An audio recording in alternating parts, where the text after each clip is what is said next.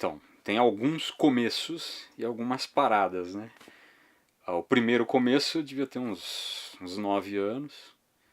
Eu fui estudar violão clássico e parei logo, porque uma das pessoas que eu achava legal ali no meio dos estudantes de violão clássico foi fazer um concerto que fui assistir. Ela esqueceu a música, começou a chorar.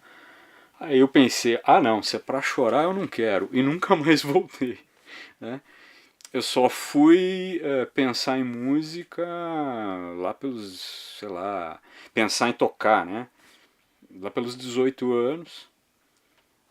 Então nesse período de, sei lá, 10, 11 anos até uns 17, 18, eu era ouvinte. Eu curtia um monte de coisa.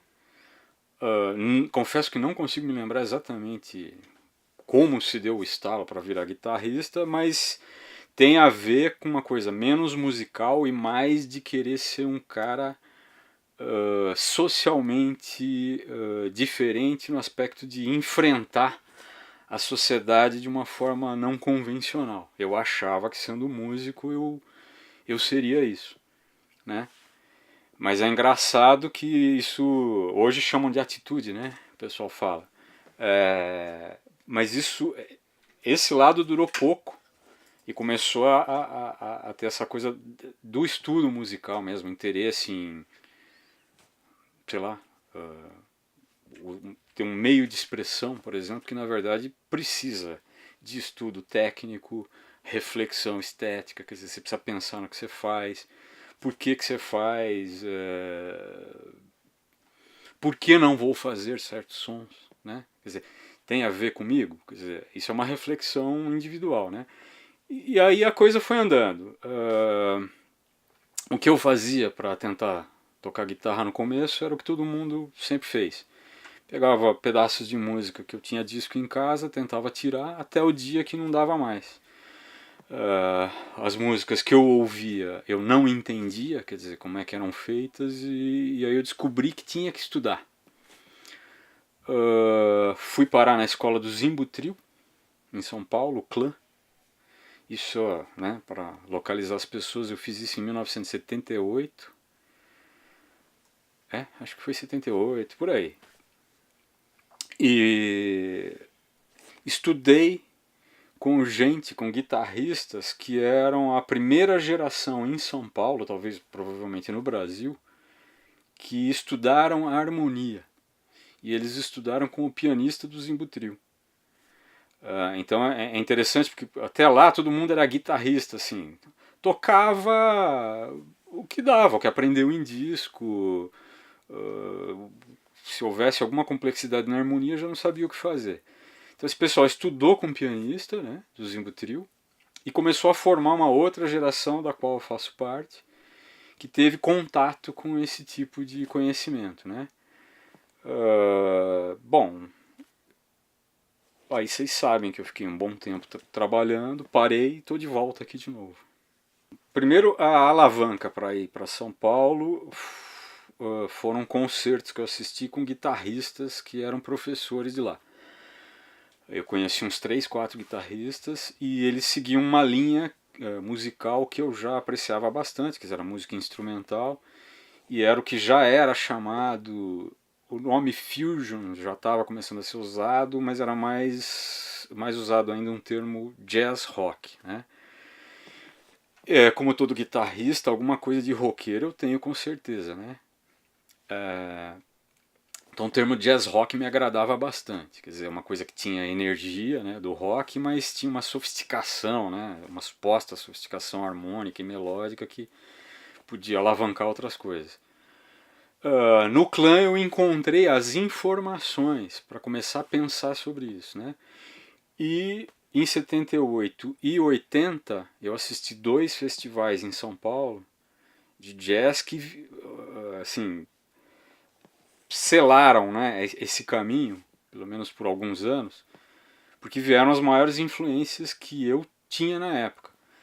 John McLaughlin, Larry Coryell.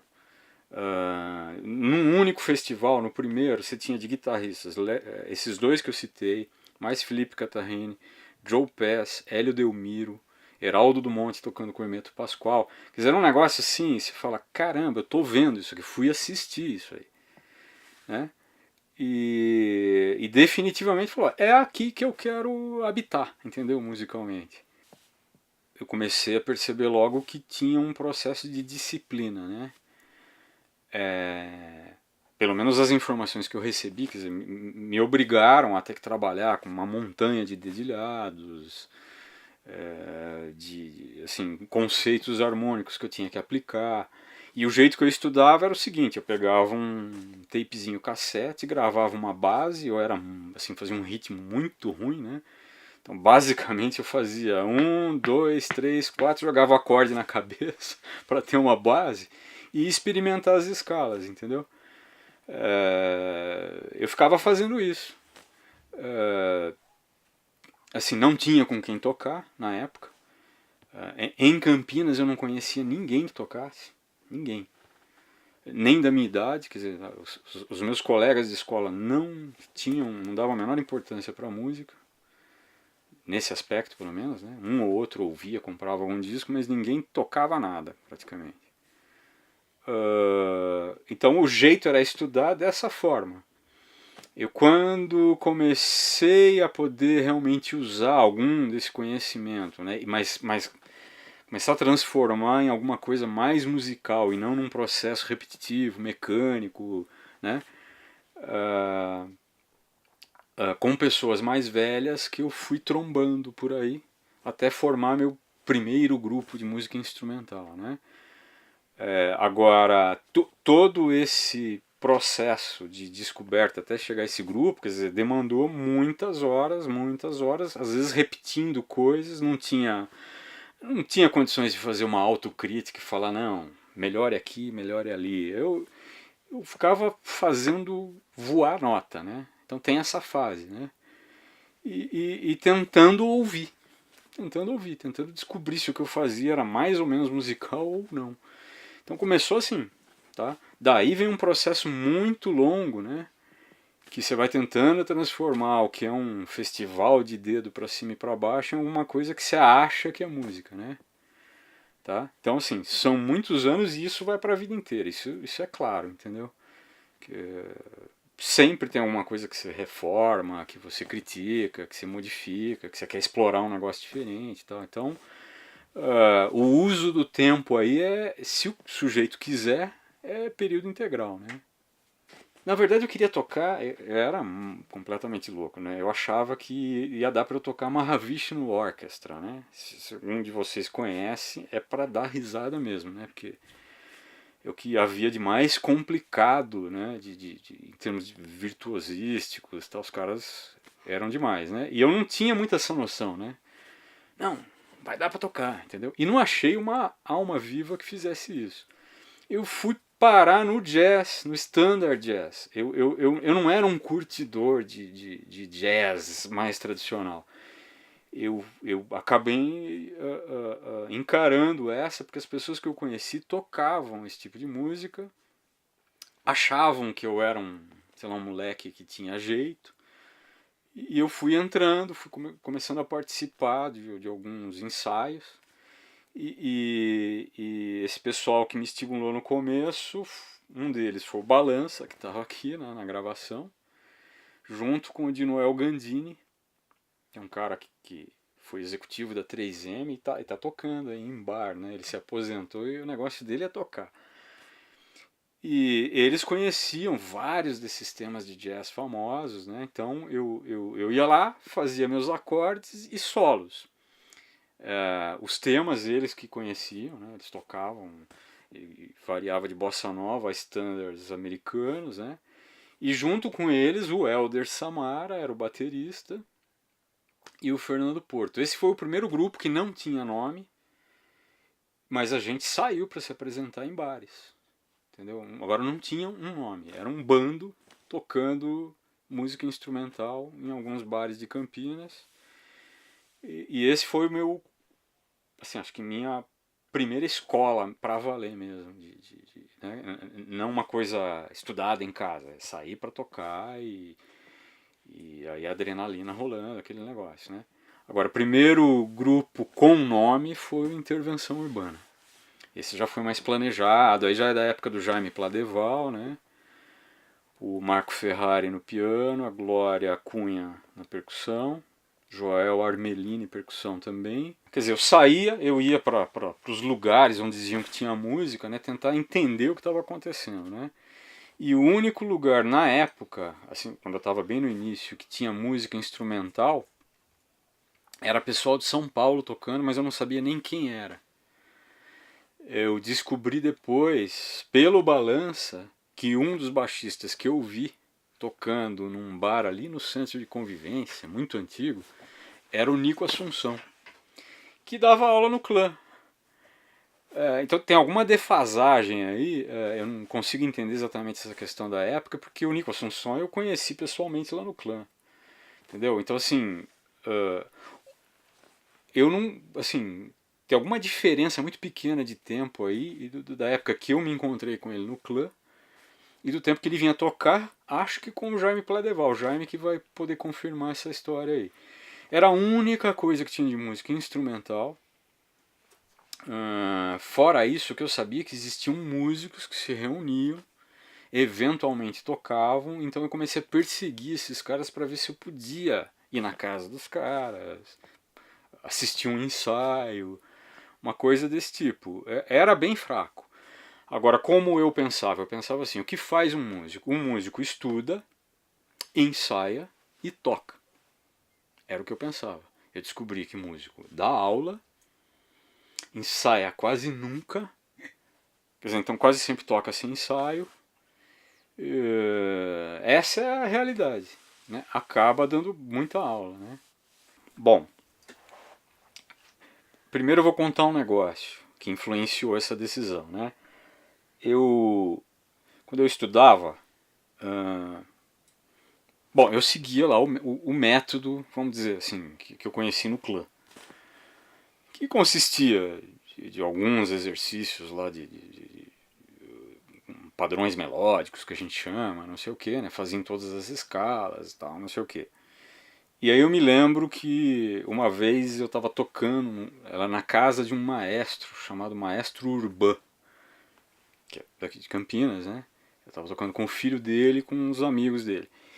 E eu, naquela época, eu estava com uma técnica muito boa. Eu era um cara rápido e eu tinha treinado tanto um processo assim de análise harmônica olhando para a cifra, né? Então o cara botava qualquer coisa na minha frente com cifra, eu já falava, isso aqui é modo dórico, frígio, mixolídio, seja lá o que for, né? Eu fazia uma análise instantânea e conseguia trocar as escalas muito rapidamente, no tempo. Só que o que eu tocava era exercício, né? E ia nessa, né? Sempre repetindo padrões que eu fazia, né, de técnica, mas sempre, cada vez com harmonias mais difíceis. E aí esse maestro Urbã, ele entrou na sala onde a gente estava tocando, ele ficou do meu lado, acabou o que a gente estava fazendo, ele falou assim, olha, você toca muito bem, mas deixa eu te falar um negócio, você repete demais o que você faz, né? Por que você não pensa em intervalos, nisso, naquilo? Ele me deu uns toques, cara. Eu falei, pô, é mesmo, né? Eu não tô aproveitando, né, o que eu tenho aqui disponível no dedo, esse reflexo de mudar rápido as escalas, eu só tô deixando escapar a coisa, né? A partir disso eu comecei a perceber uma outra coisa, né? Por exemplo, eu adoro até hoje John McLaughlin, mas eu gostava muito na época da Mahavishnu, que é década de 70, esse tipo de som, né? Só que se você ouvir esse cara, aí você pega um Joe Pass, que era um, assim, eu não curto tanto, mas tocava muita guitarra, né? Mas uma onda diferente. Ou se você fosse ouvir o Steve Howe do Yes, entendeu? Cada guitarrista que você pegava, você percebia uma coisa, falava, por que eles não tocam da mesma maneira, né? Eu comecei a pensar nisso. E eu percebi, por exemplo, que alguns valorizavam mais notas de acorde, outros usavam mais pentatônica, outros usavam mais modos gregos. Eu já tinha essa informação para começar a entender que existia essa diferença. Foi aí que eu comecei a pensar em construir uma coisa musical. E isso foi simultâneo para mim, como músico, com o projeto de dar aula. eu comecei a perceber o seguinte: não adianta você chegar e reproduzir um método, ó, tó, né? Porque eu ia reproduzir o mesmo do clã, passar os mesmos exercícios, todo mundo ia fazer a mesma coisa, ia ser útil, mas eu achava que isso era insuficiente. Por quê? Porque eu descobri que o cara podia estudar coisas que depois ele escolheria qual caminho musical que tinha mais a ver com isso ou aquilo, né? Então, aí eu criei um projeto de dar aula de um jeito que eu gostaria de ter tido. Que era uma coisa que começava de algum lugar, se desenvolvia e iria para algum lugar. Eu não consegui fazer isso com todo mundo. Entendeu? Ou porque as pessoas não tinham, às vezes, interesse, ou eu não soube conduzir também, né? Que quem dá aula é aquela história, né? Às vezes você acerta a mão, às vezes você erra. Entendeu? Às vezes você fica amigo do cara, mas não ajudou muito o cara a tocar. Pode ser que tenha ajudado de assim, mostrando coisas, tentando despertar esse espírito crítico, analítico do negócio, entendeu? Dando uma informação que é fundamental, quer dizer, hoje não dá mais para você entrar nessa área como aventureiro, né? Ficar tentando lá só tirar música. Tem cara que consegue ainda resolver isso, mas não é para todo mundo. A maioria, se recebeu uma informação que pelo menos resolve o básico, né? Já é acho que uma alavanca bem útil para o sujeito, né? Agora, sem espírito crítico, por exemplo, sem também não acontece muita coisa, né? Agora, para montar esse método, então eu pensava em cada passo que eu devia dar. Eu tenho ex-alunos, por exemplo, que falam: eu tenho o seu caderno até hoje. Você foi um dos caras que me ligou uma vez para falar isso. E eu não me conformo, que eu começava a dar ensinando o sujeito a saber o que era semibreve, mínima. Hoje eu acho isso um absurdo, entendeu? Eu tenho que chegar e começar a mostrar música pro cara, não teoria, né? Isso poderia ter vindo depois, mas é uma coisa que você acha que você está suprindo o sujeito de uma coisa que não existe, e era verdade, não existia isso. A maioria das pessoas ensinava o sujeito a tocar as músicas que ele queria tocar, que estavam aí no mercado. E eu achava que eu tinha que fazer um projeto que, se eu fizesse dessa maneira, as pessoas iam aprender a escolher o que iam fazer lá para frente. Eu achava que teria essa diferença. Tá? Foi. Eu acho que foi assim, a partir da decisão de ir pro clã, né, estudar, falar assim: eu vou ser um desses caras que toca esse som que eu gosto. Entendeu? Eu vou ser um dos caras que vai viver disso. Né? Então tem aquela primeira fase assim do atitude, entre aspas, né? Para depois ter o reconhecimento de que o que eu estava fazendo era uma coisa que merecia estudo, análise, experimento, uma série de coisas que requer tempo, né? Um tipo de responsabilidade, né? Com a coisa. E eu ia me expor, né? Quer dizer, quando eu fosse tocar, quer dizer, eu ia tocar para as pessoas ouvirem. Quer dizer, eu não queria fazer um som que fosse desimportante, vamos dizer assim, né? Então tinha que construir uma visão que é o que se aproxima do que falam que é o profissionalismo, né? Quer dizer, ter competência técnica, ter conhecimento, ter condições de tocar, né? Eu não podia ir só com o espírito, né? Aquela coisa assim: eu vou superar tudo né, com a minha vontade, a minha garra. Se não tivesse isso, o som ficava ruim, frouxo, né? Mas então eu achava que tinha que ser acompanhado de estudo. E conforme o dia, a balança vai mais para o lado do estudo, às vezes vai mais para o lado da emoção, mas elas se combinam, né? Eu acho que assim, não tem outro jeito de fazer. Na área da música instrumental. Não, eu não tenho, assim, eu não tenho uma memória muito para episódios específicos, entendeu? A minha memória é mais voltada pro processo. Se a gente tivesse uma vida muito mais curta, talvez o episódio fosse mais importante, né? Mas como a vida é mais longa às vezes do que você pensa que ela seria quando você tem uma outra idade, né? Você percebe que o que interessa é o processo. O processo de pensar tudo isso, o processo de conhecer um monte de gente, ou tocando, ou dando aulas. quer dizer, as conversas que você teve, quer dizer, é uma combinação, tá? Não tem outro jeito. Eu assim, se eu fosse falar de coisas marcantes, eu teria que falar de coisas ou excepcionalmente boas ou excepcionalmente ruins. Eu prefiro pensar no processo. Não tem jeito. Coisa ruim acontece, coisa boa acontece. Mas é assim que eu vejo. Então, rapaz, eu posso dizer o seguinte: eu me transformei numa pessoa que gosta de coisa, de muita coisa. Muita, muita, muita, muita coisa. Eu gosto de música indiana, eu gosto de música chamada, sei lá, música erudita do século XX, aí, os caras que fizeram coisas chamadas seriais, atonais. Depois a evolução disso, experimental. Eu tive disco de free jazz, né, que numa certa idade eu estranhei muito, entendeu? Cheguei até a trocar por outra coisa. Né? Não, esse negócio, né? Gente tocando guitarra com arco de violino, né? Eu, assim, agora eu sempre fui aberto a ouvir, a experimentar. Eu conheci gente, por exemplo, que virava e dizia: eu já ouvi tudo. Eu falei: você é louco, cara. Você não conhece isso, entendeu? Porque na verdade os músicos têm maneiras particulares de abordar uma coisa que às vezes se enquadra num estilo, né? Você vai falar rock. Rock não é uma coisa só, jazz não é uma coisa só. É, então as influências são muitas nesse aspecto assim de aceitar muitas maneiras de olhar harmonicamente para a coisa, ritmicamente, melodicamente, né, timbre, esse tipo de coisa.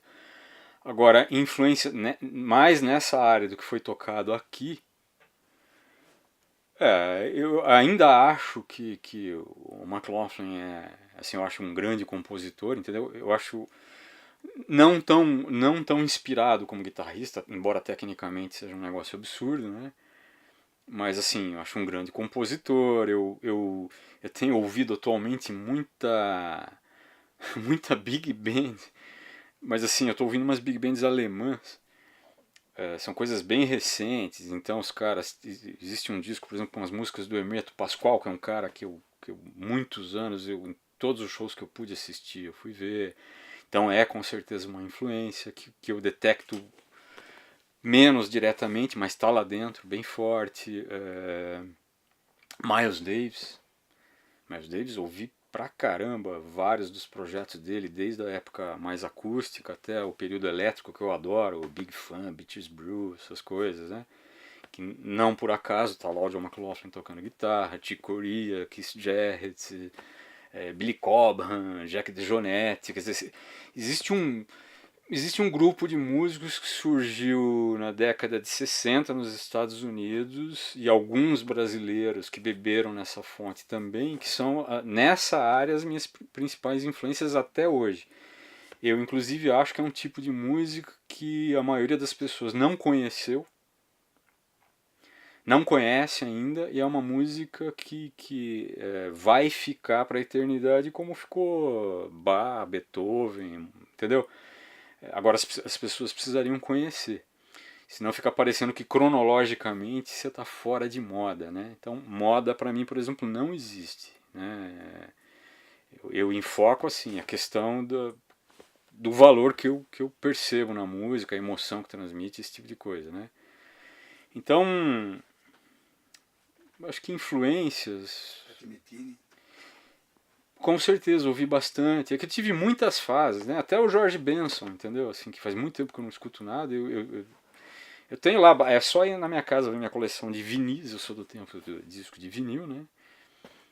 Eu tenho um monte de coisas ali. Por exemplo, eu adorava um cara que tocava rock blues. Adorava mesmo. Eu ouvia simultaneamente esse cara que é o Johnny Winter. Gostava mais do que o Jimi Hendrix, entendeu? Eu achava o Johnny Winter um negócio incrível, ele com aquele bottleneck lá, entendeu? Então, assim, essa influência tá em algum lugar, entendeu?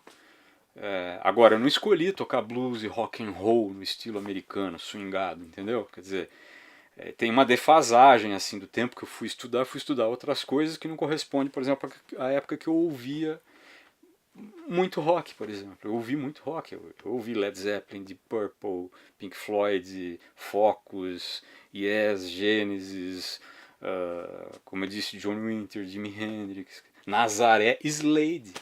Tem umas coisas que eu ouvi que são inacreditáveis, né? Eu achava legal o cara do Slade chegar no microfone ao vivo e arrotar. Achava lindo, né? Olha, que legal! Entendeu? Depois você fala assim, não, vamos arrotar, mas vamos tocar também, né? É engraçado, sei lá, cara, tem muita coisa. Ou eu sou um cara muito velho com relação aos outros, ou na verdade eu gastei bastante tempo conhecendo muita coisa, tá? Porque eu posso ficar aqui 3 dias falando de muita coisa, entendeu? E vou falar de um cara, é um compositor francês, como não tem outro nome, né? Música erudita, sei lá eu, chamado Henri Duthier. Esse cara tem uns 100 anos, ele tá vivo. Que de uma certa maneira tem um pezinho nessa música. E quando eu comecei a fazer, que eu falei dessa história de sonho, porque na verdade era uma coisa que me dava uma sensação meio circular, eu não sei. Aí começam as metáforas, né? E o que eu acho que tem a ver com a música desse cara, infelizmente não tem como colocar aqui pra mostrar o que eu quero dizer, mas quem tiver interesse em conhecer, né, Henri Duthier, se não acharem disco, me liga que eu faço uma cópia. Então, rapaz, você sabe, na verdade é o seguinte, né? Você me surpreendeu me convidando pro projeto, né? E aí eu falei pra você, pô, Kleber, eu tava começando a pensar em voltar a mexer com música, né? Mas eu falei assim, eu não sei o que eu quero fazer. E aí você falou, não, você tem que participar, tal, né? E o grupo surgiu da lembrança de pessoas com as quais eu toquei, né? Mas você sabe também quanto eu que alguns não vieram, né? Então foram substituídos, por exemplo, por 2 caras que eu não conhecia, que é o Vinícius Corilou e o Daniel Pezinho, né? Que foi super legal, entendeu? Os dois contribuíram para essa música ficar muito boa.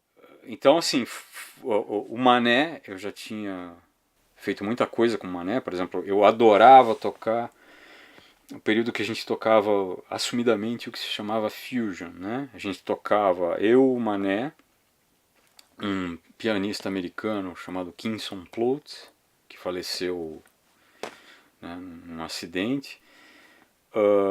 Baixista revezava o Mário Caribé, que hoje está na Escócia, né? O Maurício Grigol, né? Que toca com o Mané até hoje. E, nossa, a gente se divertiu muito fazendo isso. Eu até perdi um pouco o foco, como é que era mesmo? Eu comecei a me lembrar dessas coisas. Ah, tá, então o Mané é desse tempo, né? O Rafael já é de uma fase mais pra frente, né? O Rafael foram os meus últimos trabalhos, né? Antes de parar. Assim, com destaque pro grupo chamado Mojave.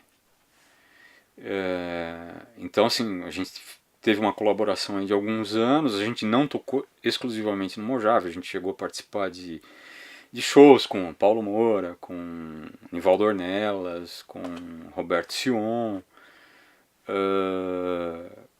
outros projetos que tinham mais a ver com um repertório que não era nosso, uma coisa de tocar jazz, né?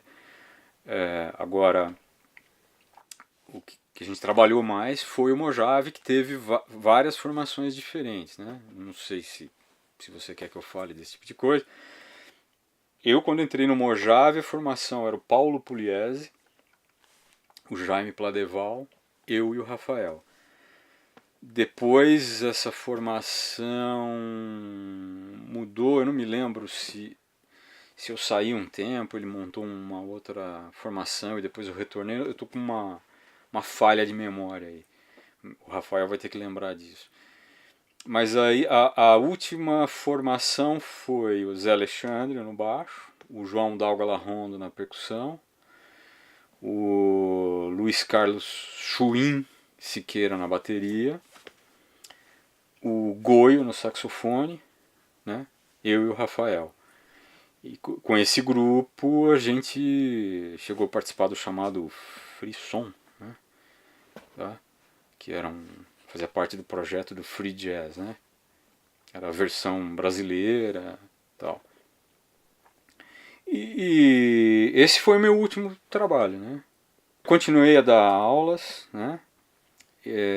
Porque é uma coisa que eu gosto de fazer, eu acho legal, entendeu? Agora eu comecei a achar que eu tinha que fazer alguma coisa diferente com música. Eu comecei a achar que aquilo que eu vinha fazendo não estava me trazendo a satisfação que eu sentia anteriormente, né? Eu comecei a imaginar projetos que eu comecei a chamar de multimídia, era um termo que estava começando a surgir, né? Que seria o casamento de meios diversos, né? Tá? Por exemplo, filmes filmados com pessoas ou animações, né? Feitas com desenho manual ou via softwares de 3D, casados com planejamento gráfico, né? É a época que começa a surgir muito esse tipo de coisa de escolher fontes, né? Começa a ter um embelezamento, entre aspas, geral aí nos projetos, desde capa de livros, né? Só que começou a ter essa visão de multimídia, quer dizer, não usar só um meio. Eu não faço só o planejamento gráfico, eu vou colocar música. Agora, música pode ser para propósitos diversos, né? E que iria até para o efeito sonoro, né? Então eu cheguei a fazer sonoplastia, fiz até locução de animação, entendeu? Tá lá a minha voz. É habilidade, né? É uma habilidade que cada um tem a sua. Então, mas assim, eu não chamo de talento, porque senão você tem que dizer o seguinte: o cara não desenha bem, ele não tem talento. Ele não toca bem, ele não tem talento. De repente, esse cara é um grande autor de teatro. Você vai descobrir o cara daqui a alguns anos fazendo um negócio que você não esperava. São habilidades. Eu acho o seguinte, quer dizer, essa coisa. A gente é obrigado a trabalhar, né? Vamos colocar assim. Mas geralmente quem está ligado naquilo que se chama meio artístico, né? Gosta muito mais de conseguir se expressar de alguma forma e atingir as pessoas e falar com as pessoas por um código que não é direto, né? Quer dizer, você não chega e fala, né? Usando palavras, você fala com imagens ou às vezes com palavras, mas são metáforas, são situações que o cara tem que pensar, né? Por exemplo, como teatro e tal. O que esse cara quis dizer, etc, etc, né? Então tudo isso quer dizer, possibilita muitas maneiras das pessoas interagirem, né? O trabalho mecânico é o que desagrada muito, né? Acho que não só quem está nesse meio, né? E muitas das pessoas que são obrigadas a trabalhar mecanicamente, que às vezes gostariam de entrar numa vida chamada artística, né? E às vezes fazem a confusão que você falou, de achar que é um pulo, né? Se eu decidir, eu vou fazer aquilo lá. Acontece que a gente está na era do botãozinho, faz tempo, aliás, né? Quer dizer, então todo mundo está acostumado a pegar pronto, né? Você vai ver uma tela de alguém, tá pronta. Ninguém mostra o esboço, concorda? Depois que você virar a história, né? Tô falando aqui com o Nelson, né? Que é artista plástico. Depois pode ser, olha os esboços do Nelson, né? Tá? Hoje todo mundo dá muito valor para os esboços de Leonardo da Vinci, do Picasso, quem você quiser, né? Dos grandes nomes. Mas normalmente o pessoal valoriza o seguinte: olha só, hein? Olha a obra final do cara. E não conhece o processo, por isso que eu falei do processo. Não conhece o processo. O processo não é só disciplina também, né? Eu falo para aluno meu até hoje o seguinte: falo, olha, quase todo mundo que mexe com música é quase um gênio pensando, né? Então falou assim, quando você não consegue resolver um solo, sabe o que você faz? Deita e fica imaginando. Você vai achar a solução ali, cara.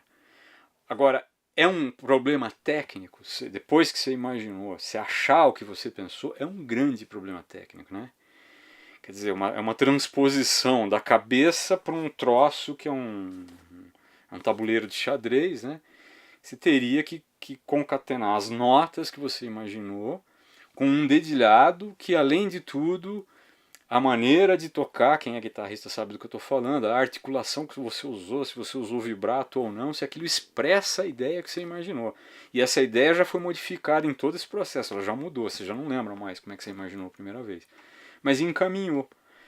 Essa é uma linguagem diferente, né? É uma linguagem diferente, quer dizer, não tem um manual, um guia. Dar aula é oferecer algumas informações, às vezes elementares, para o cara ter, para o sujeito se situar na questão. Tá? Se for muito complexo, sem esse guia, às vezes complica. Eu achei uma puta sacada, entendeu? Tanto é que você tá abordando gerações diferentes e você é o primeiro cara que teve essa ideia, né? Então calcula os anos aí, tá?